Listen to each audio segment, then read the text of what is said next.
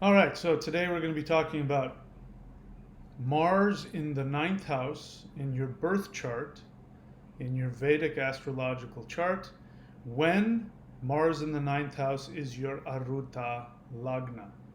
So this will be true even if Mars is in your ninth house and it's not your Arudha, but if it's your Arudha, it means this is what is being broadcast to the world whenever you go out into public. So if you're not familiar with your Vedic astrological chart, Vedic astrology is different from Western. Don't try and apply this to your Western chart because it won't work. If you don't know what your Arudha is, you can go to astrology.thunderwizard.com and get a reading from me. Subscribe and hit the bell button so that you can be notified when I talk about your Arudha, which I eventually will get to. So, Mars in the ninth house. First off, what is the Arudha? Arudha Lagna means the mount or the reflection of the self. The Lagna is the first house, the self. In Vedic astrology, we use the rising sign as your sign. We don't use the sun sign. The sun sign is important, but it's like third in importance. First thing that you need to know is your rising sign. That is your sign. And that changes every 15 minutes. So I guarantee you that your Western sign is very likely not your actual rising sign. And even your rising sign in Western is going to be different because there's a 24-degree difference between Vedic and Western. I use Vedic. I won't get into why, but I don't use Western. So don't try and apply this to your Western chart. It won't work. Your Lagna is your rising sign. It is yourself. It is the lens through which you see your world, which is why it is your personality. Your Arudha is the reflection of that.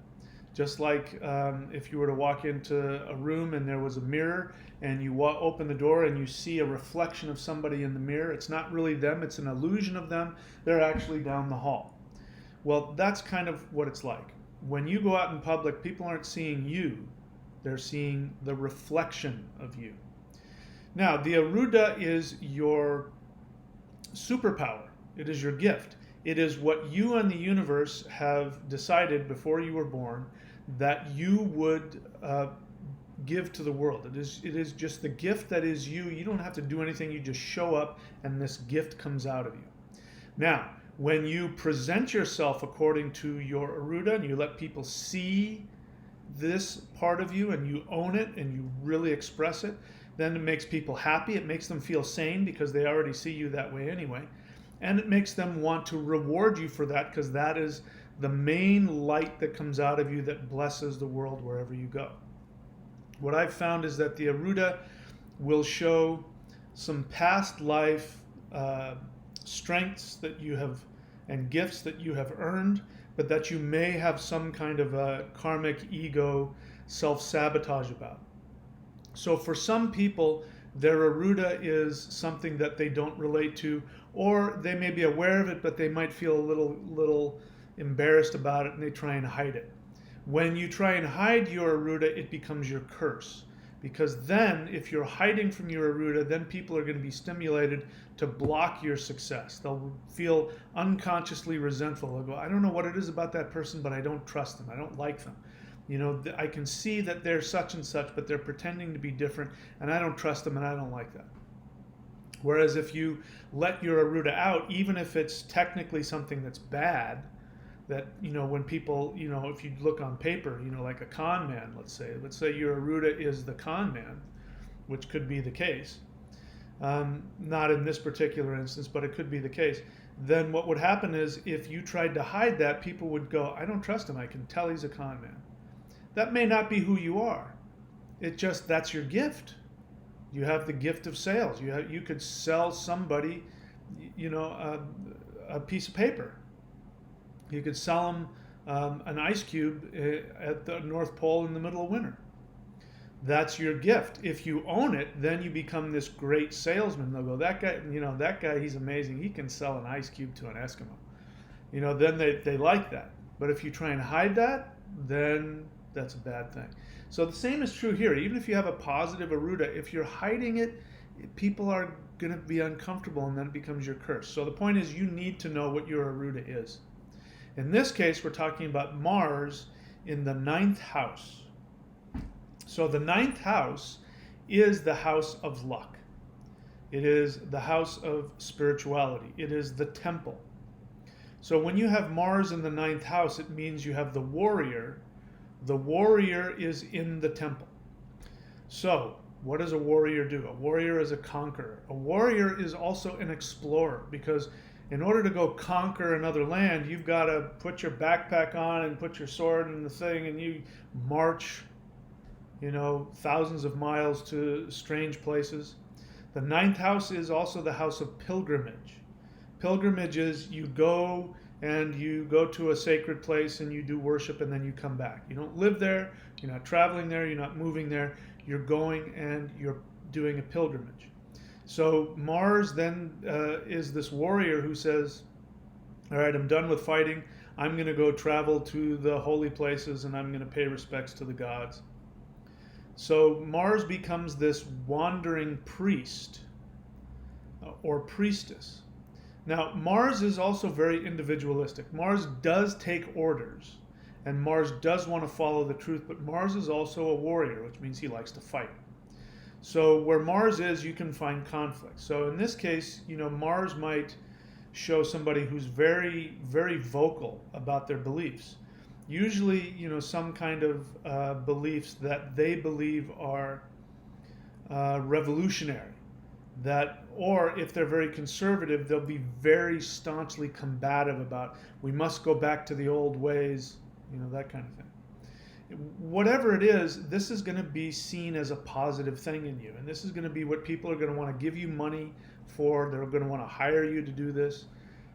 So this is the priest who explores the world and gives out his truth in a very dynamic way. Now, this is all going to change or be affected by what sign it is in. So if Mars is in Sagittarius, then Mars is going to be a very devout spiritual warrior. If Mars is in Aries, then Mars is really going to be this warrior. If Mars is in Libra, then Mars is going to be this warrior for spiritual balance. He'll be a protector. If Aquarius, then he's going to be this warrior for equality and independence. This is going to be this priest, this warrior priest who goes out and conquers the world for whatever his beliefs are. So you need to know what this is, because especially when you have Mars as an Arudha, it means that there's probably going to be some discomfort. So if this is your Arudha, and the more I talk about it, like a part of you likes it, but there's a part of you that says, nah, I don't feel comfortable with that. I don't want to be pushy. Then what's going to end up happening is that people won't trust you. Then you'll look like you have an agenda. You're pretending like you don't have this strong spiritual passion, but they're going to go, I can tell he can't wait to start dumping his religion on me. And that's what people will think. They'll think that you have an agenda, and the truth is that if it is your Arudha and you're hiding it, you will act out in passive-aggressive ways. You will be that guy who, you're sitting next to somebody at the kitchen counter, and you're eating at Denny's restaurant or whatever it is, and the person next to you is talking about spirituality and they're saying it wrong, and you're going to be sitting there and you're going to be like, it's none of my business. But if you're the person that hides this, then it's going to be, I just have to tell you, you're completely wrong about that. Why do you think that? God is this, God isn't that. And people are going to be like, man, that's just get the hell out of my business. Whereas if you own it and you're comfortable with it, people will seek you out. And they'll say, I want to hear what is it that you do? What is it that you teach? This could be a placement for a writer, because the ninth house is looking directly at the third house, and the third house is publishing and writing. So you could be somebody who writes or blogs about spirituality and revolutionizing the world through your understanding of spirituality. You may travel around the world and go to sacred places and talk about it in the very Mars way, direct, intense. Mars is also here aspecting the 12th house, so it means that you may want to be a meditator, you may want to do astrology, you may even want to do things like psychic readings, but you definitely have a passion about you know, where the other world is and where it wants to go. And because it's Mars, you're going to see it from an intense warrior perspective. Okay, so this is just some of the things that are characteristic of the Mars in the ninth house, Arudha.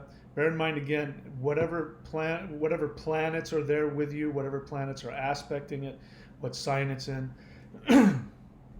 this is going to have a huge effect on you know, specifics. So to find out what your Arudha is, or if you have Mars in the ninth house as your Arudha, go to astrology.thunderwizard.com. You can get a reading from me about exactly what that's all about. If you're new to the channel, then I'd like for you to go to courses.thunderwizard.com, which tells you all of my books, my DVDs, my streaming videos. I even got some music on there, all of my courses and certifications and astrology services. I even teach astrology certification as well in my specific things, so you learn a lot about Arudas. And subscribe and hit the bell button if I haven't talked about your Arudha yet. I will eventually, and you'll be notified. So that's it. And if you've got Mars in the ninth house as your Arudha, or even if you've got Mars in the ninth house, happy exploring, my friend. Go conquer the world for spiritual truth. Talk to you soon.